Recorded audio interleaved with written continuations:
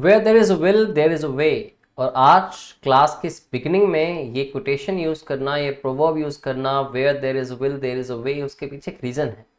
अभी भी कुछ स्टूडेंट्स जिनको लगता है कि बहुत मुश्किल हो रहा है वर्ड्स को याद करना या किसी भी मुकाम को हासिल करना, तो उनको मैं यही कहना चाहता हूं, अगर इच्छा है तो कुछ भी मुश्किल या नामुमकिन नहीं है। तो अपने इस वीडियो को कंटिन्यू करते हैं। 29th डे है हमारा आज 30 डे वोकैब चैलेंज का, जिसमें हम लोग कुछ नए वर्ड्स आज स्टडी करेंगे। ये वोकैब चैलेंज भी फिनिश होने वाला है। इसके बाद आगे क्या होगा मैं आपको इसकी जल्दी अनाउंसमेंट दूंगा, ठीक है। सबसे पहला वर्ड आज का हम स्टडी करेंगे डिफाइल। डिफाइल जो कि एक वर्ब है। नाउ डिफाइल का मतलब क्या है? टू स्पॉइल और डैमेज समथिंग। दो मीनिंग्स दोस्तों इसके हैं। एक तो है किसी भी प्लान को, किसी भी स्ट्रेटजी को या किसी भी चीज को स्पॉइल कर देना या उसको डैमेज कर देना, या दूसरे कॉन्टेक्स्ट में इसका मतलब निकलता है to make something dirty, impure और पॉल्यूटेड। अगर आप इसके फिगरेटिव वे में जाते हैं तो फिगरेटिव वे में इसका मतलब स्पॉइल या डैमेज हो सकता है, लेकिन लिटरेरी वे में इसका जब फिजिकल कॉन्टेक्स्ट की बात होती है तो वहां किसी चीज में मिलावट करना, उसको पहले से खराब कर देना या उसको डर्टी बना देना। अब मान लीजिए पानी ही है, पानी के अंदर मिट्टी ऐड करेंगे तो पानी तबाह हो रहा है, ठीक है, डैमेज हो रहा है, उसकी जो क्वालिटी है, प्योर क्वालिटी है, प्योरिटी उसके अंदर वो डैमेज हो रही है। तो कॉन्टेक्स्चुअली रिलेट कर सकते हैं आप मीनिंग्स को। लेकिन अगर मान लो किसी ने कोई प्लान बनाया या स्ट्रेटेजी बनाई, उस स्ट्रेटेजी को या उस प्लान को स्पॉइल कर दिया, तो उसको इम्प्योर तो नहीं किया हमने, ठीक है। तो दो मीनिंग्स इसके हो सकते हैं। कॉन्टेक्स्ट के हिसाब से जो भी मीनिंग फिजिबल होगा आप उसको कैरी ऑन कर सकते हैं, उसको कैरी फॉरवर्ड करते हो आप अगले सेंटेंस का मीनिंग समझ पाएंगे अच्छे से और मीनिंग को यूज भी कर पाएंगे। दोस्तों सिनोनिम इसके हैं टार्निश करना। टार्निश मैंने पहले कॉन्टेक्स्ट के अकॉर्डिंग इसका मीनिंग रखा। टार्निश का मतलब ये होता है तबाह करना, ठीक है, या स्पॉइल कर देना। अगला वर्ड है कंटेमिनेट। कंटेमिनेट का मतलब है किसी चीज को डर्टी बनाना या इम्प्योर करना या उसको पोल्यूटेड करना, ठीक है। जैसे कि दूध में पानी मिला देना मतलब उसको कंटेमिनेट कर देना, या पानी के अंदर डर्ट का होना, किसी तरह की मिट्टी का होना, किसी भी तरह के और सब्सटेंस का होना, मतलब उसको कंटेमिनेट कर दिया, ठीक है। डिस्क्रीट कर देना कंटेमिनेट का ही सिनोनिम है, और साथ में उसका सिनोनिम हो गया बेसिक पोल्यूट करना किसी को, ठीक है। जैसे इन्वायरमेंट को पोल्यूट कर रहे हैं डिफरेंट गैसेस से या फिर व्हीकुलर पोल्यूशन से, या जितने भी इंडस्ट्रीज हैं उनके पोल्यूशन से, तो पोल्यूट हो रहा है मतलब कंटेमिनेट हो रहा है, डर्टी हो रहा है, इम्प्योर हो रहा है, ठीक है। एक वर्ड और मुझे ध्यान आता है, प्रेस्टीन। प्रेस्टीन का मतलब होता है जो भी चीज प्योर होती है, ठीक है, अनटस्ट होती है, या उसको आप कह सकते हैं जो भी उसमें ब्लेमिशेस ना लगी हो, किस तरह के दाग धब्बे नहीं है, बिल्कुल प्योर है, उसको प्रेस्टीन बुला सकते हैं आप, ठीक है। अब टार्निश किया या कंटेमिनेट किया, उसका ऑपोजिट क्या हो गया? प्यूरिफाई करना, उसको सैंक्टिफाई करना या फिर ऑनर करना, उस चीज की इज्जत करना, ठीक है। जैसे स्पॉइल या डैमेज का भी एंटोनिम बन सकता है ऑनर करना। द पोल्यूटेड रिवर, जो रिवर जो पोल्यूटेड थी already, defiles the beauty of the surrounding valley. तो आसपास की जो वैली है उसकी ब्यूटी को डिफाइल करती है, तो इम्प्योर नहीं करेगी, है ना, कॉन्टेक्चुअली मीनिंग चेंज हो जाएगा, उसकी ब्यूटी को स्पॉइल कर देती है, उसकी ब्यूटी को डैमेज कर देती है, क्योंकि रिवर पोल्यूटेड है, वो रिवर अपने आप में अच्छी नहीं लगती, उस वजह से आसपास का जो एरिया है वो भी बिल्कुल अच्छा नहीं दिखेगा, ठीक है। दोस्तों अगला वर्ड है चेस्ट। देखो एक वर्ड हमने पढ़ा था पीछे, चेस्टाइज। अब चेस्टाइज का मतलब क्या था? चेस्टाइज का मीनिंग होता है किसी को भी डांटना, पनिश करना या उसको स्कोल्ड करना, ठीक है, चेस्टाइज। लेकिन अगर हम बात करते हैं चेस्ट वर्ड की, इसका बिल्कुल डिफरेंट मीनिंग है, चेस्टाइज से रिलेट मत करना इसको, ये एक एडजेक्टिव होता है, वो एक वर्ब है। चेस्ट का मतलब क्या होता है? मोरली प्योर एंड वर्चुअस, जो बहुत ही प्योर, बहुत ही संस्कारी बच्चा हो, लड़का हो, लड़की हो, किसी का कॉन्टेक्स्ट हो सकता है जिसने कोई भी कंटेंट लिखा है या फिर उसने कोई बात कही अपने दिल से, especially in terms of sexual behaviour, ठीक है। तो उसमें जो पर्सन बहुत ही प्योर होता है या बहुत ही वर्चुअस, संस्कारी है, उसको कहते हैं चेस्ट। इनोसेंट, वर्चुअस, इनोसेंट मतलब बहुत ही ज्यादा, हिंदी में क्या कहेंगे इनोसेंट को, मुझे बताना भी जरूर प्लीज। मासूम शायद, हाँ, इनोसेंट मतलब मासूम, वर्चुअस मतलब संस्कारी, मोडेस्ट या फिर अनब्लेमिस्ड। ब्लेमिस्ड लोग कौन होते हैं? जिसपे दाग धब्बे होते हैं कुछ करेक्टर पे, ठीक है, उनके करेक्टर पे, ना कि उनकी बॉडी पे या कपड़ों पे। तो ये बिल्कुल ब्लेमिस्ड नहीं है, तो इसको कह दिया हमने अनब्लेमिस्ड, ठीक है, क्योंकि ये वर्चुअस है, प्योर है। इमोरल, करप्ट या फिर टेंटेड। अब टेंटेड का मतलब ये जो ब्लेमिस्ड है, ठीक है, जिसके करेक्टर पे कुछ दाग लग चुका है, उसको टेंटेड कह सकते हैं आप, ठीक है, उसको करप्ट कह सकते हैं या फिर इमोरल पर्सन कह सकते हो। The protagonist in the story, antagonist किया था हमने, प्रोटैगनिस्ट वर्ड भी पढ़ा था हमने। एंटेगनिस्ट कौन होता है? एंटेगनिस्ट का एक तो मीनिंग आपको बताया था मैंने।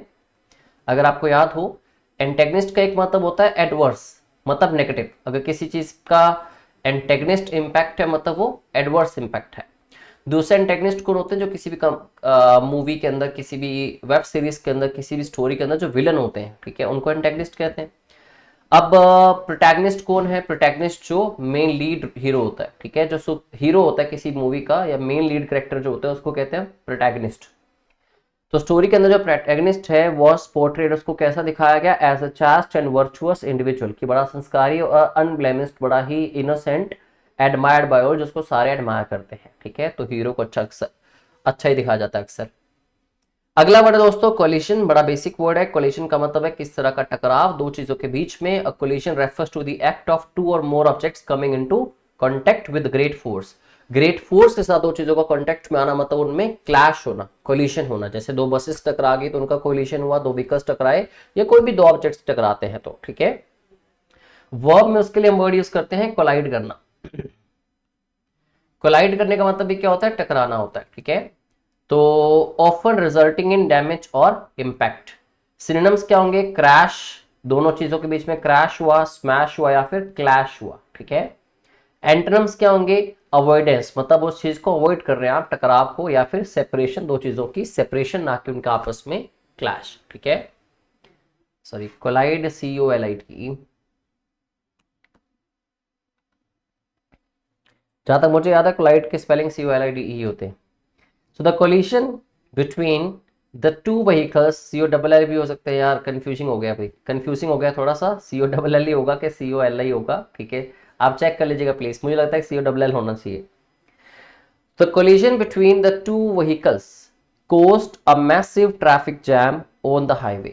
तो जो टकराव हुआ, क्लैश हुआ, या फिर क्रैश हुआ दो व्हीकल्स के बीच में, उसने कॉज किया, उसकी वजह से क्या हो गया? मैसिव ट्रैफिक जैम हो गया। कहाँ पे? हाईवे के ऊपर। ऐसे एक्सीडेंट्स की खबरें हम लोग हर दफा सुनते रहते हैं, ठीक है। तो जब भी दो चीजें आपस में टकराती हैं, दो व्हीकल्स टकराते हैं, तो वो कोलाइड करते हैं, उनमें कोलिशन होता है। डबल एल होना चाहिए, डबल एल होना चाहिए। अगला वर्ड है दोस्तों एबोमिनेबल। एबोमिनेबल जो कि एक एडजेक्टिव है, एबोमिनेबल, ठीक है। होता कौन है? जो बहुत ही एक्सट्रीमली अनप्लेजेंट या डिस्गस्टिंग पर्सन हो सकता है कोई भी। किसी की बात बहुत ही एक्सट्रीमली अनप्लेजेंट लग सकती है, किसी का बिहेवियर आपको बहुत ही अनप्लेजेंट लग सकता है, या फिर डिस्गस्टिंग लग सकता है। डिस्गस्ट करने का मतलब क्या होता है? जिससे हमें इरिटेशन से शुरू हो जाती है, ठीक है, हमें बुरा सा फील होता है उसके आसपास। तो हॉरिबल, हीनियस, हीनियस मैंने वर्ड करवाया भी था आपको जब हम बात करते हैं हीनियस क्राइम की, तो मतलब जिसमें बहुत ज्यादा अत्याचार हो, ठीक है, बहुत ही ब्रूटल हो। तो ब्रूटल या हीनियस का मतलब हमने किया था। या फिर डिटेस्टेबल। तो डिटेस्ट करना भी क्या होता है? किसी से डिजस्ट करना, मतलब जिससे हम डिस्गस्ट होते हैं। डिस्गस्ट करने को डिटेस्ट करना कहते हैं, या डिटेस्ट करने को नफरत करना कह सकते हैं आप। तो जो नफरत के लायक है, या बहुत ही हॉरिबल है, या बहुत ही अनप्लेजेंट है, उसको कह सकते हैं आप डिटेस्टेबल। डिसलाइक करना किसी को, मतलब डिटेस्ट करना। एडमिरेबल कौन है? जिसकी प्रशंसा करते हैं सारे, जिसको एडमायर करते हैं।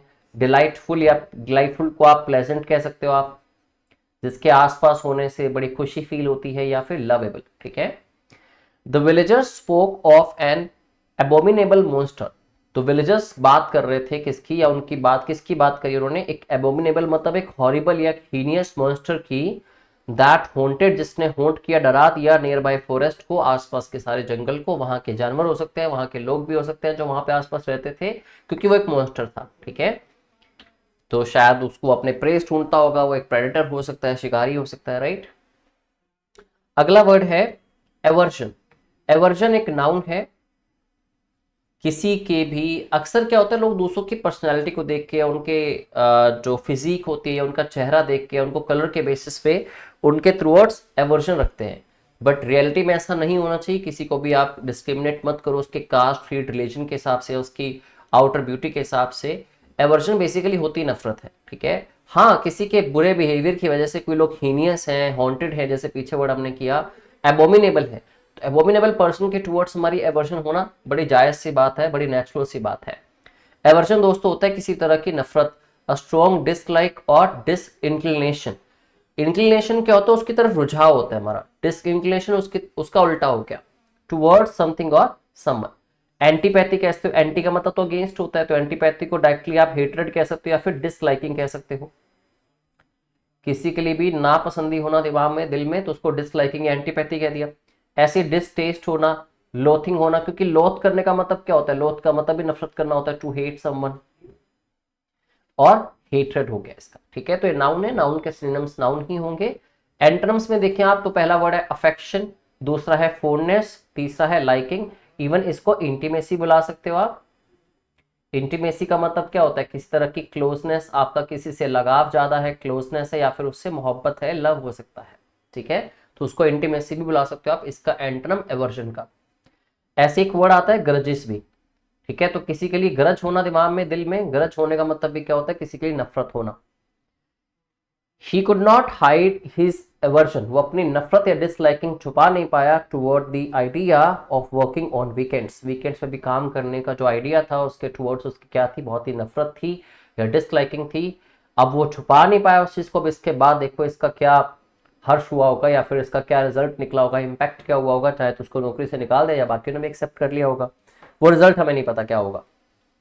दोस्तों अगला वर्ड है वेरी, जो कि एक एडजेक्टिव है जिसका मतलब होता है अलर्ट। जो पर्सन बड़ा ही अटेंटिव हो किसी भी सर्कमस्टांसेस में, किसी चीज को लेके, या फिर वो अलर्ट हो, तो उसको क्या कहते हैं, वेरी कहते हैं। फीलिंग और showing caution about possible dangers और प्रॉब्लम्स, तो जो भी प्रॉब्लम्स या क्वेश्चंस या डेंजर्स हो सकते हैं उसमें बहुत ज्यादा पर्सन क्या है, क्वेश्चन दिखाता है, मतलब कॉशियस रहता है। विजिलेंट का मतलब यही होता है अलर्ट होना या कॉशियस होना किस चीज को लेके, उसी को आप कॉशियस, अलर्ट या फिर वॉचफुल कह सकते हैं, ठीक है। क्या आपको पता है कि आसपास खतरा हो सकता है तो आप वेरी रहते हैं, वेरी मतलब आप अलर्ट रहते हैं। रेकलेस, इसको कोई परवाह नहीं है, केयरलेस है या फिर अनकंसर्न्ड है। द सोल्जर्स वर वेरी मतलब they were very alert as they patrol, जब उन्होंने पेट्रोलिंग करी उस एरिया की, अवेयर ऑफ पोटेंशियल थ्रेट्स, जिनमें उनको पता था कि कुछ थ्रेट्स या कुछ रिस्क हो सकते हैं, तो उस टाइम पे वो क्या थे, अलर्ट थे। दोस्तों अगला वर्ड है वेनम। वेनम एक नाउन है। देखो वेनम के दो मतलब हो सकते हैं, एक तो जो आप बात करते हैं जहर, ठीक है, एक होता है जहर जो रियलिटी में जहर है, ठीक है, किस तरह की पॉइजन है, लेकिन होता है जहर उगलते हैं कई लोग अपनी बातों से, मतलब नफरत दिखाते हैं। तो वेनम का एक तो जो मीनिंग है वो क्या हो सकता है, जो उसका लिटरेरी मीनिंग है, a toxic substance secreted by certain animals, तो सीक्रेट करते हैं, सीक्रेटेड मतलब जो निकाला जाता है सब्सटेंस, ठीक है, एनिमल्स के अंदर से, सच एज स्नेक्स, स्पाइडर्स और स्कॉर्पियंस। पॉइजन कह दिया उसको या फिर टॉक्सिन कह दिया। अदरवाइज लोगों के लिए आप यूज करें कि उसके अंदर बड़ी वेनम है, वेनम का मतलब वहां पे बात कर रहे हैं वो हेट्रेड की, डिसलाइकिंग की, वेनम मतलब जहर, तो उसका उल्टा हो गया एंटीडोट, क्योर या फिर रेमेडी, उसका इलाज, ठीक है, जो उस जहर को खत्म कर सकता है। Scientists are studying the properties of venom, तो जहर है जो पॉइजन है उसकी प्रॉपर्टीज को स्टडी कर रहे हैं, टू डेवलप न्यू मेडिसिन, नई मेडिसिन डेवलप करने के लिए। मुझे बस 10 सेकंड दीजिए।